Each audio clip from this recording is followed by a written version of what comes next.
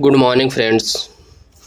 आज हम आईटीबीपी का नोटिफिकेशन जो आया है एसआई पोस्ट रिक्रूटमेंट के लिए, उसके बारे में हम डिस्कस करते हैं। तो यह जो वैकेंसी आई है हिंदी ट्रांसलेटर के लिए आई है और मेल फीमेल दोनों के लिए आई है, वैकेंसी आई है रिक्रूटमेंट। और ये फॉर्म भरने की अप्लाई जो है 28 जुलाई से स्टार्ट होगी और 26 अगस्त 2024 से इसका लास्ट डेट है।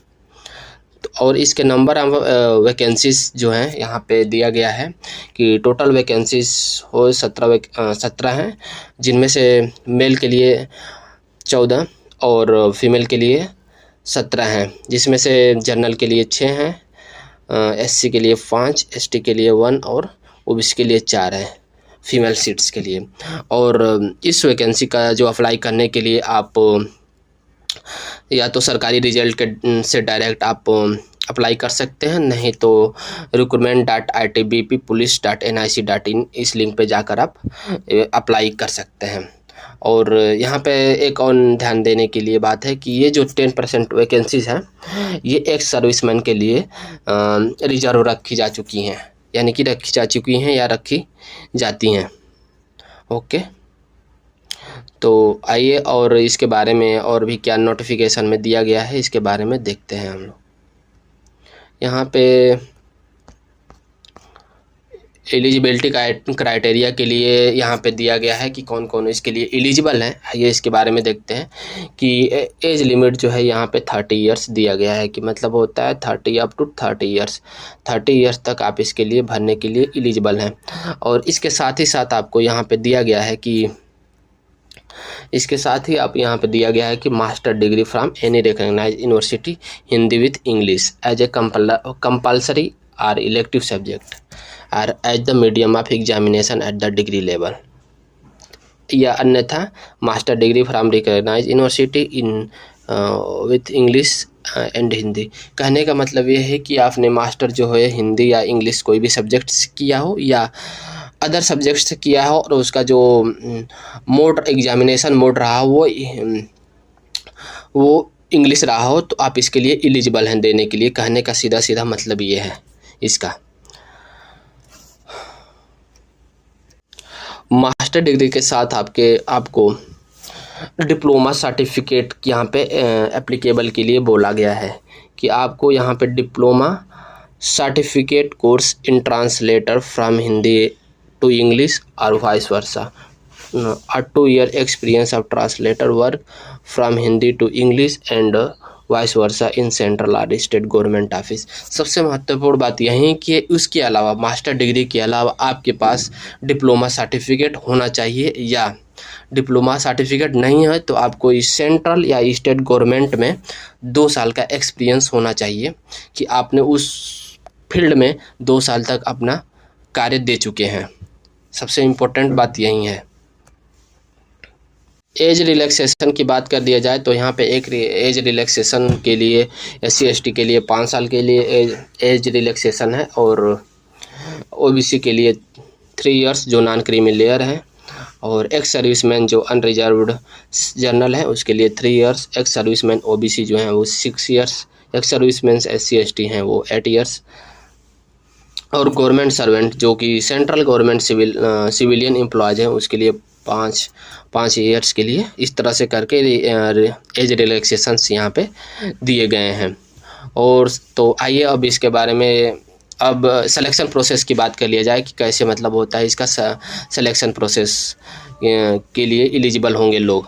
यहाँ पे दिया गया है कि पहला दो फेज में आपका एग्ज़ाम होगा। पहला जो होगा आपका फिजिकल होगा, फिर सेकंड में जो होगा आपका थियरी बेस एग्जाम होगा, यानी कि CBT बेस पर होगा। तो पहला जो है फिजिकल के लिए आइए हम बात करते हैं। फिजिकल के लिए जो सबसे पहले वो दिया गया है कि फॉर द ऑल स्टेट, जो कि सारे स्टेट हैं जो यूटीज हैं हमारे, दिल्ली, फिर अंडमान निकोबार जैसे प्रदेश हो गए, उसके लिए जो मेल की जो हाइट्स है वो 170 होनी चाहिए और फीमेल के लिए 157 होनी चाहिए। इस तरह से। और अगर देख लिया जाए जो हिल्स में रहते हैं जो लोग, जैसे हिमाचल प्रदेश हो गया, गोरखाज हो गया, इन सब के लिए 165 हाइट्स और फीमेल के लिए 55 और इस तरह से दिया गया है। एज रिलैक्सेशन वालों के लिए तो बात ही अलग है कि यहाँ पे 80, 85 और 85 यहाँ पे मेंशन किया गया है। दूसरी चीज़ यहाँ पे देखने लायक है कि वेट के लिए यहाँ पे दिया गया है कि वेट जो होता है हाइट और वेट, ये दोनों जो होता है कम्बिनेशन बना के रहना चाहिए और उससे ज़्यादा नहीं होने चाहिए। यहाँ पे दिया नहीं है एक्चुअली बात, लेकिन फिर भी एक तरह से अपने तरह से अनुमान लगाया जा सकता है कि जैसे मान लीजिए कि आपके पास आप 155 आपका सेंटीमीटर आपका मतलब होता है, मतलब 155 आपका जो हाइट्स है, तो इसके लिए आपका जो वेट होगा वो मतलब होता है 70 के आसपास होना चाहिए। तो इस तरह से हाइट से रिलेटेड ये चीज़ें होती है, यहाँ पे दिया नहीं गया है। दूसरा चीज़ यहाँ पे मेंशन किया गया आई साइट के लिए। आई साइट के लिए क्या लिखा है, the minimum distance visible shall be 6/6 and 6/9। 6/9 और 6/6 ये दोनों एलिजिबल होना चाहिए, बोथ विदाउट करेक्शन। यहाँ पे सबसे बड़ी बात मेडिकल स्टैंडर्ड के लिए दिया गया है कि बेटर आइज के लिए N6 वर्स आई जो होता है N9, आप इस तरह से वो पता कर लगा सकते हैं, जाकर मेडिकल आप चेकअप करा सकते हैं कि हमारा जो आई साइड है कितना है। कलर विजन के बारे में बात किया गया है, रिफ्रैक्शंस के बारे में बात किया गया है। इस तरह से ये सारी नोटिफिकेशन में मेंशन किया गया है, जो कि मतलब अभी काम लायक तो नहीं है। इसके लिए ये जो काम लायक है हम उसको बारे में बताते जा रहे हैं और इस तरह से हम आगे बढ़ रहे हैं। तो यहाँ पे दिया गया है कि सबसे पहले एग्ज़ाम जो होगा आपका पीईटी होगा, मतलब फिर फिजिकल एलिजिबिलिटी टेस्ट होगा, फिर इसके बाद एफिशिएंसी यानी फिजिकल स्टैंडर्ड टेस्ट, यानी कि दोनों में से कोई एक होगा आपका। यहाँ पे दिया गया फिजिकल एफिशिएंसी टेस्ट होगा या तो फिजिकल स्टैंडर्ड टेस्ट होगा। Candidates are required to bring a clear and legible print out of their online application form admit card, else they will not be permitted to enter the venue of physical eligibility test. मतलब कहने का मतलब यही है कि आपने जो form apply किया है उसका वो और उसके साथ एडमिट कार्ड, ये दो चीज़ ऑनलाइन जो फॉर्म आपने अप्लाई किया है और उसके साथ एडमिट कार्ड आपको ले जाना होगा। किसके लिए, पीईटी के लिए या पीएसटी के लिए। तो ये चीज़ में इसमें मेंशन किया गया है। और भी आगे बढ़ते हैं तो यहाँ पे दिया गया है, देखिए यहाँ पर वही बात है कि यहाँ पे पहले फिजिकल एफिशिएंसी जो टेस्ट है उसमें लिए क्या यहाँ पे रूल्स बनाए गए हैं कि आपको रेस होगा 100 मीटर्स का to be completed with 60 second में आपको कंप्लीट करना होगा। Race 1.6 kilometre to be completed with 7 minutes 30 second. ये जो होता है चीज़ें हैं इस तरह से आपको स्टैंडर्ड के हिसाब से आपको किया जाएगा। फीमेल के लिए वही चीज़ें दी गई हैं, तो 100 मीटर्स जो है 18 सेकेंड में करना है और 800 मीटर का जो रेस है उसे जो 4 मिनट और 45 सेकंड में कंप्लीट करना है। इस तरह से आपका पीईटी और पीएसटी आपको कंप्लीट मतलब होता है क्रॉस करना है, ठीक है। और आगे बढ़ते हैं, देखते हैं और इसके बारे में क्या करते हैं। आगे बढ़ने पर हाँ, अब आ जाइए यहाँ पे पेपर फेज़ 2 के बारे में। फेज़ 2 के जो होगा वो रिटन एग्ज़ाम होगा। सॉरी, मैंने वहाँ पे सीबीटी बोला था बट यहाँ पे रिटन बोला है कि रिटन एग्जामिनेशन होगा, जो कि यहाँ पे होगा 200 मार्क्स का यहाँ पे रिटन एग्ज़ाम होगा। पहला जो होगा वो तो पीईटी या पीएसटी होगा, पीईटी या पीएसटी होगा, बट सेकंड वाला जो होगा वो क्या होगा, वो फेज़ 2 में रिटन एग्ज़ाम होगा आपका। तो आइए रिटन एग्ज़ाम के बारे में देखते हैं कि इसमें क्या क्या क्वेश्चंस एराइज हो सकते हैं। तो यहाँ पे दिया गया है कि टोटल जो क्वेश्चंस मार्क्स होंगे फेज़ 2 में वो 200 मार्क्स होंगे, और जिनमें से आपको पेपर 1 और इसमें भी पेपर 1 और पेपर 2 करके बात दिया गया है यहाँ पे कि पेपर 1 में आपका फेज़ 2 में भी पेपर 1 और पेपर 2 इस तरह से बांटा गया है, मतलब दो पार्ट्स में इसको सेपरेट किया गया। पहला जो पेपर 1 में बात किया गया है कि जनरल हिंदी होगी आपके लिए, जनरल इंग्लिश होगी, जनरल नॉलेज होगा। जनरल हिंदी जो होगी उसमें टोटल नंबर ऑफ क्वेश्चंस होंगे वो 24 रहेंगे। जनरल इंग्लिश में नंबर ऑफ क्वेश्चंस 24 रहेंगे, और जनरल हिंदी में जनरल नॉलेज की बात करें तो वहाँ पे 20 क्वेश्चंस रहेंगे, और नंबर ऑफ क्वेश्चन वही मतलब होता है एक क्वेश्चन 2 नंबर का होगा, इस तरह से। और यहाँ पे पेपर 1 में जो हम बात कर रहे हैं कि टाइम ड्यूरेशन, तो वो है 1.5 घंटे की आपके पास टाइम रहेगा। पेपर सेकंड की बात करें तो यहाँ पे ट्रांसलेटर के लिए होगा, जिसमें से आपको 44 नंबर आप क्वेश्चन रहेंगे और ये 70 नंबर का रहेगा। ठीक है। लैंग्वेज का कम्युनिकेशन रहेगा दो क्वेश्चन 20 मार्क्स का। इंग्लिश ग्रामर रहेगा 2 क्वेश्चन 10 मार्क का। इस तरह टोटल करके 48 क्वेश्चन रहेंगे 100 मार्क्स का। पेपर 2 में, पेपर 1 में टोटल क्वेश्चन 68 रहेंगे 100 मार्क्स के। और पेपर 2 में भी बता दूं मैं 1.5 घंटे का पेपर होने वाला है आप लोगों का। कुल मिलाकर यही है कि पेपर 1 के लिए आपको 3 चीज़ें बेसिकली प्रिपरेशन करके जानी है। जनरल हिंदी, जनरल इंग्लिश और जीके, जो कि बहुत ही आसान है। उतना मतलब होता है आसानी है एक तरह से देखा जाए तो। और ये टोटल जो मार्क्स होंगे वो आपके 100 नंबर के होंगे पेपर 1 में।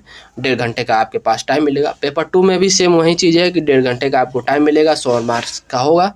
और इसमें नंबर आप क्वेश्चन जो होंगे कम होंगे पेपर से फर्स्ट के अकॉर्डिंग, जो कि 48 यहाँ पे मेंशन किया गया है।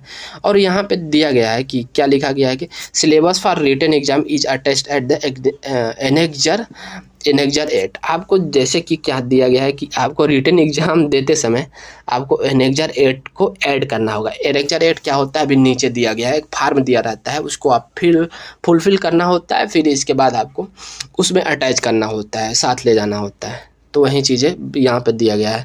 और बात करें तो आंसर की वगैरह जो होता है वहीं अपने साइट जो होता है, इसका जो साइट है स्पेशल recruitment.itb-police.nic.in पे वो अपलोड कर दिया जाएगा after written examination complete.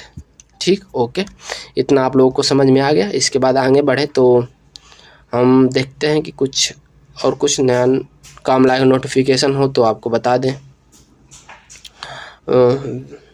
Verification, हाँ, यहाँ पे देखिए कि वेरिफिकेशन के लिए आपको पता ही होगा कि यहाँ पे ओरिजिनल डॉक्यूमेंट्स के लिए मांगा गया है कि आपके पास educational certificate along with degree diploma attach होना चाहिए। Date of birth certificate, matriculation के डेट ऑफ बर्थ के लिए आपको मैट्रिकुलेशन या 10th अथवा करके यहाँ पे 10th का सर्टिफिकेट ले जा सकते हैं। प्रोफेशनल या एक्सपीरियंस जो सर्टिफिकेट है उसको आप ले जा सकते हैं। ठीक है। इफ़ अगर मतलब होता है कि नहीं दिया गया है, मान जी बाई चांस नहीं दिया गया, तो इसके लिए आप एनेक्जर आप फुलफिल कर सकते हैं। एनेक्जर 1 ये फार्म होता है, नीचे दिया हुआ है। OBC certificate as per the annexure 2, OBC के लिए 2nd एनेक्जर फाइल करना पड़ेगा। और यहाँ पे ईडब्ल्यूएस के लिए एनेक्जर 3 फाइल करना पड़ेगा। इस तरह से करके आपको एनेक्जर देना पड़ेगा। किसके लिए डेटली यहाँ पे दिया गया, should be have be obtain within 3 years, 3 साल के अंदर before the closing date of 26 August 2024। Closing date जो है इससे पहले से मतलब कहने का 3 साल के अंदर में आपको 3 साल के अंदर में क्या आपको उसी टाइम आप ले जाके दे सकते हैं, कोई इशू नहीं है। बस यहाँ पे तो ये लिमिट दे रखा है 3 years। बस यही चीज़ें थी और आगे देख लेते हैं कुछ और भी ज़्यादा इम्पोर्टेंट चीज़ें हो तो आपको बता दिया जाए, जो कि अभी तो फ़िलहाल नहीं दिख रहा है। बस